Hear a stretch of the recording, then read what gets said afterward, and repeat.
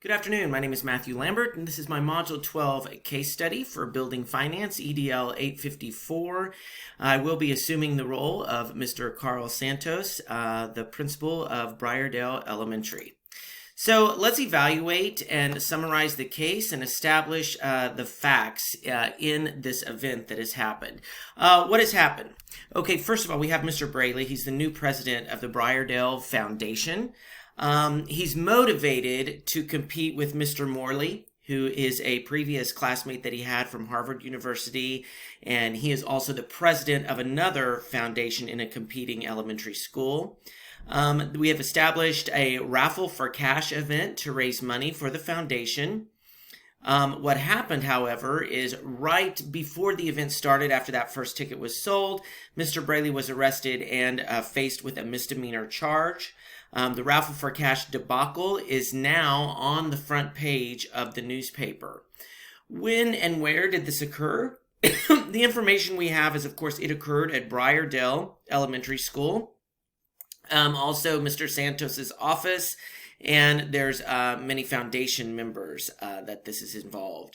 And furthermore, of who else is involved, it's myself, Carl Santos, the principal, Mr. Braley, the president of the foundation, the school site curriculum committee, Mr. Morley, who's a former classmate of Mr. Braley, members of the community, the tipster who tipped off the sheriff's office, as well as the sheriff, and the students.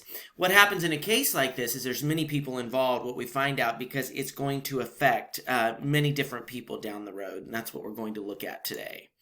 Let's look at some of the legal issues that have risen up. Number one, per the Kansas Raffle Amendment SCR 1618, Mr. Braley has to acquire a license from the Kansas Department of Revenue if over $25,000 in proceeds. Now, this particularly was not given in the case study. However, it's evident he had this same fundraiser Mr. Braley did for his fraternity in Harvard. They did over $100,000. There's over 600 students in this elementary school, so it's very, very easily that those proceeds could have gotten more than $25,000. I will add there is no breach of contract. There's no harassment or discrimination listed here. However, Mr. Braley was arrested and faced with a misdemeanor charge. What is the potential harm? First of all, we have reputation. The reputation of the school itself, Briardale Elementary, which is one of the biggest pieces, especially when you have other elementary schools within this district, and you are risking your reputation to be so much less than other schools in that district. The reputation of Mr. Braley, of course, he's a Harvard graduate. I'm assuming he probably has a pretty good reputation already, but now he's been arrested, faced with a misdemeanor charge.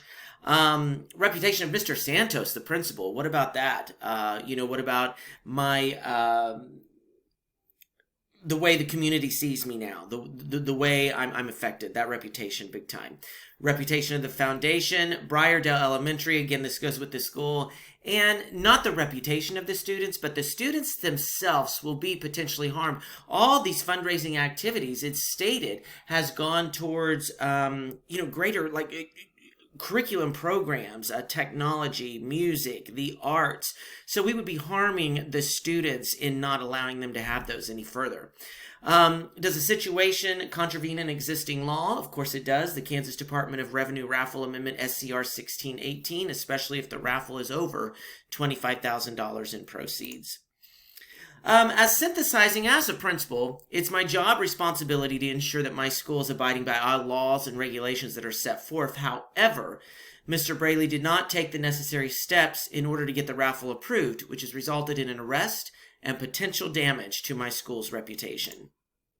Let me synthesize the facts for you here in this case. First of all, the people, myself, the principal, Mr. Carl Santos. We have Mr. Braley, the foundation president. Various students, teachers, which is stated are mostly veteran. All these teachers have been employed for a very long time, and very few go to different schools once they've been employed at Briardale Elementary, so a good staff in place. Mr. Morley, who is a former classmate of Mr. Braley. We have the foundation members, many various community members, the local sheriff, and of course the tipster who tipped the sheriff off of this illegal activity that was going to take place. The place. Briardale Elementary School, we don't have a town listed, but we find out that it is a diverse community. The Briardale Elementary seems to be probably one of the top elementary schools in the district because it is used for a variety of purposes and events within the community. The program of Briardale itself is 600 students. Kindergarten through 5th grade. It's one of 6 elementary schools, and the population of each elementary school ranges from anywhere from 500 to 800 students. All right, moving on. Review and prioritize the information. Let's look at the consideration that we have to stakeholders in this case study. First of all, the community members. Their impression of Briardale now. What's that doing to us? Future fundraising could be scrutinized heavily. Students and the programs offered to the students, like I mentioned before, those after-school programs, the extension of curriculum activities, that could be very detrimental to student success. And volunteers at foundation. Mr. Braley, now a volunteer, he gets arrested. Maybe there will be other stakeholders that, have considered volunteering in the past are now thinking, oh no, I don't want any part of that. Can I learn more? Of course, there's a lot more we could learn as far as how much cash was received from this raffle cash event. Was it more than $25,000? Can we learn more about the different foundation members and the various members that we have? Who's the superintendent of this school? And do we know a little bit about him and how he is in decision making, and how involved is he or how uninvolved is he? We don't know that information. And what did the tipster know? What was tipped off, if we could know that? However, do I know enough to make a decision? Of course, enough information is available to make a decision.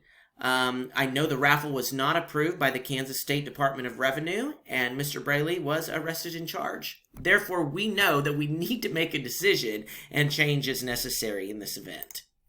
So here are the possible options and the consequences of the options that we'll look at here in a little bit. But first of all, option 1, which is take no action. Let's say we take no action. Myself, Mr. Santos, I'd ignore and allow negative publicity. Mr. Braley would still assume position on foundation, even when having a misdemeanor charge. And a newspaper article would remain source of information for the public, right? That newspaper article that put the school, Briardale, in detrimental light is now all the information that anybody's going to have. Let's look at option 2, which would be the most comprehensive. We're going to address the newspaper article, issuing an apology for any harm caused, take steps to improve the reputation of Briardale now that, we've gone way down in our reputation. We'd have Mr. Braley to issue a statement as well. He is a Harvard graduate. We are assuming that he's got some business ethics to him, some morale. He wasn't really aware of what he was doing wrong, so he could issue a correct apology in doing that. Furthermore, let's do some training opportunities for Mr. Braley, as well as meeting with Superintendent, Board of Education to approve necessary fundraising policies, and before any future fundraiser is approved, ensure all policies are abided by. And of course, in the end, we're going to request that license from the state for future raffle for cash events. Option 3, the other strategy, is fire Mr. Braley as president of the foundation. This is always a possibility, right? To say, you know what you did was wrong. You've been arrested. I don't want that reputation. I'm going to make it public that you are terminated on the foundation. Mr. Braley, you're not allowed entrance to any event within the district, and then conduct town hall meetings to address the activity that perspired. Evaluations of options. Let's look at these. Let's look at option 1 when taking no action. A pro of this would be it would be easy to implement. No work from myself, Mr. Santos, and no responsibility, and I just leave it all on Mr. Braley. He can take care of this. The cons of that: community perception. Programs for students would be impossible now because we wouldn't have the money to do that. Mr. Braley would be left out to dry, and the newspaper article would be the only source of information. So let's look at option 2, which is that most comprehensive that we have. First of all, the pros of that: the community's involved and notified.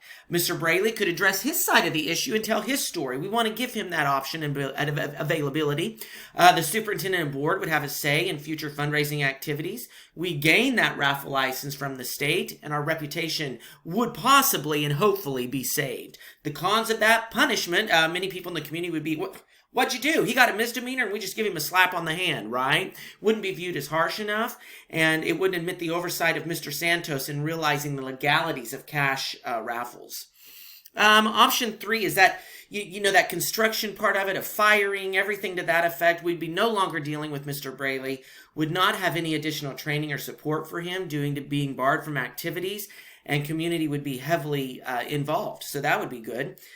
Some of the cons, though, however, town hall meeting regulation. How are we going to regulate that? You know, a lot of town halls can get out of control. Mr. Braley would feel obviously dismissed, unimportant. His children wouldn't be able to see him at the father of the events. If he is volunteering, we're assuming that he has kids at the school. And, of course, a possible loss of enrollment with his kids leaving, too. So let's move on. Let's choose the best option. The best option I chose in this scenario was option 2. It seems to be the most comprehensive. This option would take very little time to implement. We would be able to gain a license for future use. Mr. Braley would feel supported. Community would feel involved. And it promotes the deepest connection through communication, which is the most important. With this quote, I leave you. Communication, the human connection, is the key to personal and career success. So let's talk about implementation and how we're going to do the implementation. So who needs to know the path we're going to start with? We're going to issue a newspaper article explaining the debacle, including statement from Mr. Braley. We're going to meet with foundation and board to develop alternative fundraising until license arrive, and attend more community events to restore the reputation. What may happen? The community will show support for Mr. Braley in the school. We'd have creative fundraising methods, and the community will be more involved, and the charges could possibly be dropped against Mr. Braley if that honesty and transparency comes out. Who needs to know? The foundation, school board members, superintendent, teachers, and community members. And can I deal with this on my own? At this point, I can deal with this on my own. If further assistance is needed, I'll consult the superintendent and include Board of Education. If my plan does not work, I'm going to actually ask Mr. Braley to step down. I think, you know, a plan B to that, and I think he would understand that at that point, if we still have that negativity, if we still can't get any, you know, any type of anything going, you know what, Mr. Braley, may be time for you to go. We could bring in an attorney that is well known in fundraising and financial decisions to speak with the board. School board meeting, inviting town members and teachers to discuss possible alternatives. And finally, go back to square one and reassess in order to ensure success. And there's my references to end you with. I thank you all very much.